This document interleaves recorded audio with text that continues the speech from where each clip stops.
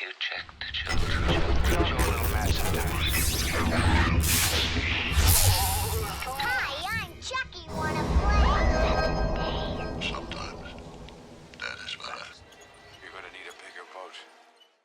Bevanitos, Freight fans, and all who love Stranger Things, the juggernaut from Netflix. I'm Jaime and Fuego, and welcome to the horror show, obviously. And so I have done some brief little just, I guess very basic thoughts and impressions of this particular book, and I'm doing the same for all of the other Stranger Things releases that have come out over the course of the many years that we have been just such big fans, myself included, because at the horror show, myself, Cecil, and Marsha Parker, we miss you, girl. Yeah, we did a bit of a old school slumber party the very day that the show was released, and we stayed up late into the night watching all of those episodes, and then woke up the next day, capped off, I think it was the last like 3 or 4, something of that nature, and we're immediately in love with this great creation from the Duffer Brothers. And so after the second season of the show, since there is going to be a presumed like stopgap of sorts leading up, it was time to flesh out some backstory. And that is done in a very fascinating fashion in Gwenda Bond's book, Suspicious Minds. And so this is all about Terry, Terry Ives, the mother of 11, and her getting involved in this just testing program. She is in a group with 3 other friends. Well, they become friends over time. So you have Alice, you have Gloria, and then you have Ken. And so the 4 of them form what they dub themselves the Fellowship of the Lab. And that's because of the fact that, I mean, this book just oozes the era in a lot of ways. So it's July of 1969 when the book starts. Interestingly enough, Terry doesn't even get involved in this, this testing and this experimentation and stuff right off the bat, because her friend Stacy, who I believe is her roommate, if I recall correctly. And just to give full disclosure, this in comparison with my just impressions of the book that were on TikTok, and I believe we're going to be putting those as shorts and just kind of spreading them around on the internet in that condensed form. This is going to entail spoilers, everybody. So keep it in mind. I've got my handy, page of notes and stuff here. But so, yeah, she actually ends up taking the place of her roommate Stacy, because Stacy's like, yeah, I didn't like the way those drugs made me feel. I was not into that. And so when she hears about the type of money that she can make, because Terry is actually working at a diner as a waitress as she is going to college in Indiana, she's like, yo, if they're paying you that kind of money, I think it's like $15, which for 1969 was like immense amounts of money. Obviously, her friend proceeds to tell her, hey, it's your electric Kool-Aid acid test funeral. And so there is a lot of wit throughout Gwenda's writing and fleshing out this backstory of Terry. Everybody who watched Stranger Things remembers when Hopper and Will and Jonathan's mother, played by Winona Ryder, go Joyce, and basically track down Eleven's mother, and she is pretty much catatonic, and she is being, taken care of by her sister, and her sister also is briefly in the book as well. But more so than anything, there is just this deep growing friendship that happens over the course of the testing process amongst this Fellowship of the Lab. And we also eventually find out, Terry gets, impregnated. It's just such a gross term in some ways, just like very scientific, as opposed to the fact that she's in love with her boyfriend Andrew, who is going to school in 1969 because of the fact that he does not support nor want to be sent against his will to fight in the Vietnam War. And as I said, 1969 is written all over this, and it was such a pivotal year in the United States between the moon landing, which is mentioned in this, obviously Vietnam. You also have Woodstock, which Andrew, her boyfriend, being Terry Eleven's mother, actually goes to Woodstock. He's trying to drag her to it, but, she's like, no, I have these responsibilities and whatnot and things that she needs to do. And so, and also racial tensions, because one of the characters in this, Gloria Flowers, is she is a black woman who is attending the school, and, you know, I mean, just the, you know, racial protests and everything that were going on for proper equality that were just a very, very big thing around this time in 1969. And so her character has an interesting wrinkle to her. Then you also have Alice, who is kind of a greaser tomboy of sorts, and she is actually the one who becomes very important to Dr. Brenner. The book actually opens up with Brenner arriving at the facility, the Hawkins facility, and he has 8 in tow with him. Now, I know a lot of people were not fans of just the introduction and how that character in season 2 just kind of took things over in a lot of ways, which she did. I mean, it's like it opens the season, you know? But in this particular instance, she's only 5 years old at this point. And so she's calling Brenner Papa. And so we get to explore her character at this very young, impressionable age, but her powers have already manifested. Brenner is trying to fashion them to his own liking and whatnot, but, you know, he wants to go further, and that's why he's doing these MK Ultra experiments on, you know, Alice and Gloria, who I already mentioned. And then we have Ken, and Ken is a kind of closeted gay man who is, you know, he's essentially been ostracized by his family, but he immediately tells the group, you know, the test group, which is, you know, Terry, Gloria, Alice, and him, that he's like, oh yeah, I'm psychic. And so he's very boastful about it, has a little bit of swagger about himself. So, yeah, he's had, I mean, there's interesting wrinkles about him. He's maybe the least developed of the 4 of them, I would say. But, you know, still, especially in the back half of the book, he really gets his chance to shine as he is trying to be protective of Terry and whatnot. But, I mean,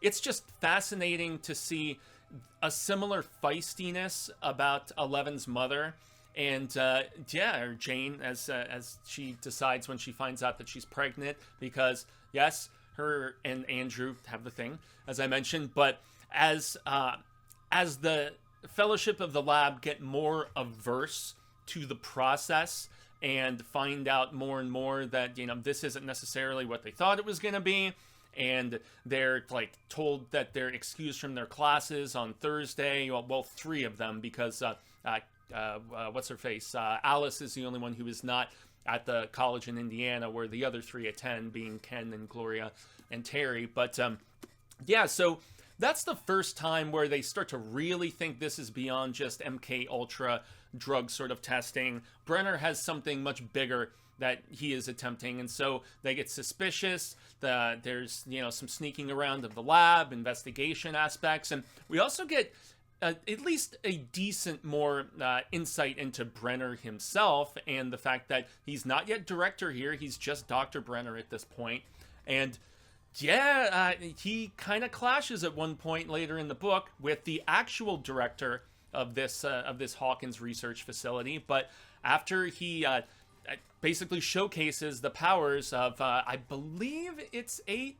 I don't think it's the Alice character, but nevertheless, different sorts of abilities begin to manifest amongst the 4 of them as the, you know, experimentation and stuff continues on them. There's also a very interesting parallel about the X-Men comic book, because Gloria's character is enamored with it.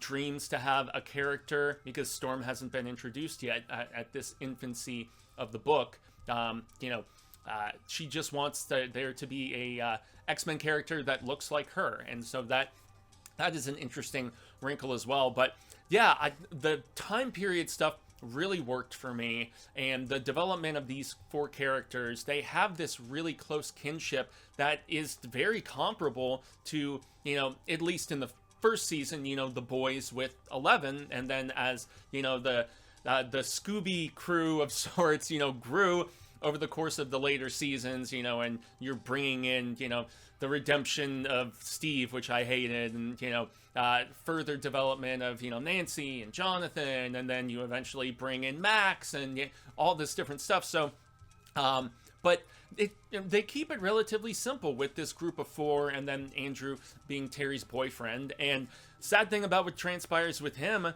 is that when there is a little bit of pushback from Terry, Brenner essentially orchestrates Andrew getting kicked out of college, and he is drafted. He gets sent off to war, and it's right after he gets sent off that, after a lot of denial to herself about it, Terry finds out that she's pregnant. And when she wants to call Andrew's parents, her boyfriend's parents, who just got sent to Nam, and, let them know this joyful news, well, find out that he's already been, he's KOA. He's already, or KIA, I think is what they called it, killed in action. And so it crushes her initially. It's kind of funny how she seems to kind of get over it relatively quickly, but she's very ready to be a mother, very ready to have Jane, and just go through this process. She gets some pushback being 1969 when she goes to a doctor about being a unwed, single mother out of wedlock and all this. So, I mean, it just really captures the time period incredibly well. And, I just really enjoyed these characters and getting a lot more of this backstory. I mean, the psychedelic stuff is done quite convincingly, as somebody with personal experience can attest to. And just the manipulation of Brenner and getting more of an understanding, because he's kind of like this shadowy figure in season 1, and we all know there's things that come a little bit later, but in later seasons of the show. But yeah, you get insight into his arrogance, but also his calm composure and everything, just personal insights within his head, the way he's perceived, how he even clashes a little bit with some of, I guess you would call them, the orderlies of this place. So, I mean, there's not really as much else. I ended up liking the 8 characters significantly more. And as I rewatched season 2 of the show, I had more of an appreciation, I guess, of her journey than I would have initially said. So, that's definitely something to make mention of. But as the abilities manifest themselves a little differently with everybody, Alice becomes really the one that Brenner sees to be the most important. That is, until he finds out that Terry is pregnant, and he's just like, oh boy, yeah, that baby, Terry's gonna have it, and then that will be a new guinea pig for me. One of the comparisons that I made when I previously reviewed this book in a non-spoiler capacity when it was first released back in 2019, I believe it was. It's either 18 or 19. Anyway, long story short, in that regard, though, there's a lot of parallels, obviously, to Firestarter, but everybody was already saying that, way back when season 1 initially came out. I mean, during season 1, when Hopper and Joyce go to visit Terry once they track her down, Terry's sister is like, yeah, you ever read any Stephen King? So, I mean, the Duffers always wore the influences right there on their sleeve, so it's not really supremely surprising or anything. So, when is it homage compared to a ripoff? I'm not really one to say that, but so this would be the origins of, of little Charlie in Firestarter, where you see the parents and get to know them a little bit, and the testing that they were put through, because it's essentially identical in this. So it's one of my few things that I can point out and be just like, okay guys, yeah, I see where you were going. But yeah, I mean, Terry's tough, and as I mentioned a little bit earlier, I believe you can see where 11 just had some of these inherent traits without even having to learn them. It was just when she got out of the claws of Brenner and was able to really push back. That feistiness was obviously there in her mother, albeit in this book she's super emotional and doesn't know why until, okay, yeah, I'm pregnant, so that's why I'm all over the place, that's why I'm gaining a little bit of weight, everything like that. And 8 uses her powers in an interesting way in this to kind of work with the Fellowship of the Lab to allow some additional investigation, some deflection of attention. I mean, just once again, 8 is a very interesting character in this. The visions and premonitions that are what Alice's abilities turn into are why Brenner just sees her as being so valuable, because she can essentially see into the future, and she has premonitions about, like she sees Terry having a child. She sees them being at the Hawkins lab, I should say, discovering the Upside Down, and she sees the creatures that are there. She sees the spores floating. I mean, it's all there. So for fans, especially of the first season, and to a lesser degree the second season, which I think is significantly inferior, even though, you know, you add great characters like Max, and to a lesser degree Billy, but, you know, that's neither here nor there. But yeah, it's just great to see what I would say is like the backstories being fleshed out, because, you know, especially with minor characters, and Terry is a very, very minor character, even though she pops up, you know, a few times in you know, the seasons and whatnot. Yeah, it's just great to get a fully fleshed out thing compared to a minor character that just has like little pieces here or there. Fill the guts out of all of it, not just the bones, you know, the skeletal structure, like, you know, give it more form and meat and mass and all of that. So there's not really a lot more to spoil beyond the fact that they end up actually getting to all break away from Brenner by the end. You have Alice, who I believe ends up going and escaping up to Canada. You have Gloria, who is not really considered as important for whatever reason. Neither is Ken, because both of them are still in Hawkins even afterwards. But Terry believes that after they get everybody out and they're trying to get incriminating information, they kind of fail, but, you know, they're still going to be vigilant about it. But yeah, getting Alice safe and out of the country is like priority number one for them, and they succeed in doing such. But she goes into labor after Brenner had put some drugs in her during her last time at Hawkins' lab, and he knows exactly where she's going to go to have this child after her water breaks, and, you know, is suddenly going into labor prematurely, steals the baby, and we all know what happened in season 2, what Terry's sister tells Hopper and Joyce about how, no, you know, she lost the baby. That she believed that, you know, before she got into this catatonic state, she believed that her baby was stolen after birth. We actually get all of those beats and it actually happening in the material here. And then the book ends with, yeah, her getting a picture snuck out by Ken's new boyfriend, who actually works at the Hawkins lab. So she sees a picture of Jane, of 11, and her heart is warmed, but she's like, my daughter is alive and well.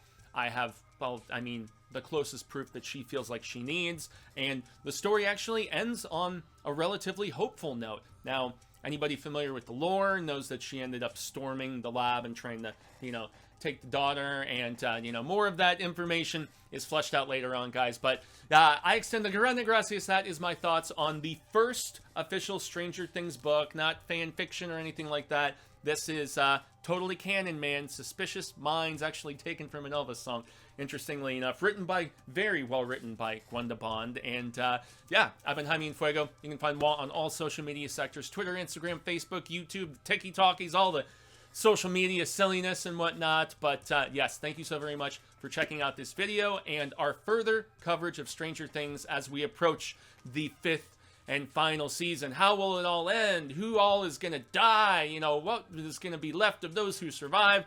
I don't know, but I am so very excited. It's broken up into 3 parts, and they're all coinciding with holidays, which is interesting. Thanksgiving, Christmas, and New Year's. So yeah, stay tuned here on the Horror Show for myself and Cecil, and perhaps even some of the extended family as we cover the series proper. And yeah, that's going to be all today, guys. So yes, adios, and read, in this case, Stranger Things. This one is a big time recommend. Maybe the best.